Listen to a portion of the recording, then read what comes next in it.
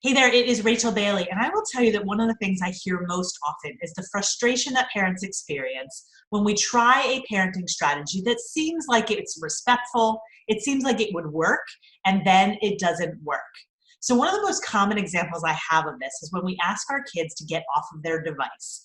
And parents will say to me, Rachel, I give them a 10-minute warning, and I give them a 2-minute warning, but when it finally comes time for them to get off of their device, they still freak out. And they'll say to me, I don't understand. They knew that time was coming. I'd given them a warning. Why are they still freaking out? And I want to tell you that it's really great that you're giving them a warning, but I also want to tell you why they're freaking out still. And that is because our brains are actually not wired to transition effectively, especially when we are in the middle of an engaging task or something that is engaging our brain. And you actually are the same way. If you are involved in the middle of a task, you will get really frustrated if you get interrupted. Let's say you are writing a grocery list and you're trying to get out everything in your mind onto a piece of paper, and you're involved in this engaging task, you're thinking about it, and your child comes up to you and says, hey mom, or hey dad, you're gonna get really frustrated if you're right in the middle of doing something that's engaging your brain. And kids are the same way. You know, we are all task-oriented or goal-oriented by nature. So if they are in the middle of doing something, they're going to get really frustrated.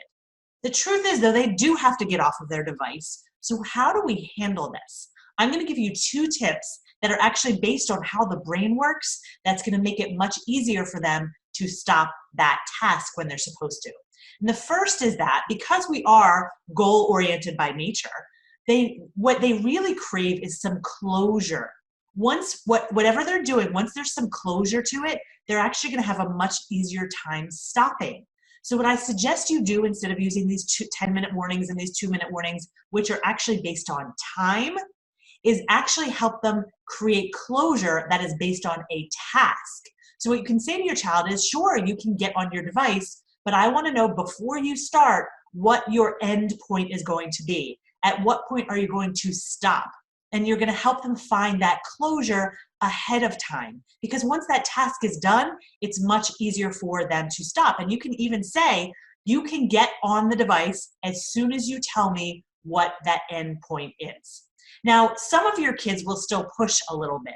So I want to give you another tip that works with how the brain is wired that's going to help with this. So brains really do crave that closure. They also crave control.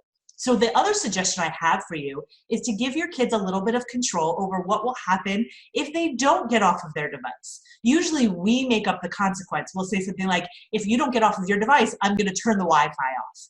That is a plan that we make, and kids feel really out of control. So what you can say first is, tell me your plan for what your end point is, and then you can say to your child, what do you want me to do if you don't follow your plan? So you're actually giving them control over the consequence. And you're giving them the 2 things that their brains really need, that closure, but you're also giving them that sense of control. And the truth is, when they have thought of the consequence, it's much more likely to remain in their head, and they're much more likely to follow through because they were the ones that came up with the consequence. So again, to get your kids off of their device, give them a sense of closure, give them a sense of control.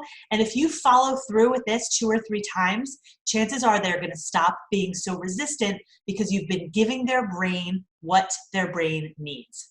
So if you have any questions about this, feel free to post below this video. And remember that I do have a podcast where I'll talk about other actionable tips that you can use in order to motivate more responsible behavior and raise kids who are both resilient and confident as well. That podcast is called Your Parenting Long Game. You can find it on iTunes or any other podcast app. I look forward to continuing to give you more tips. I will see you again soon. Take care.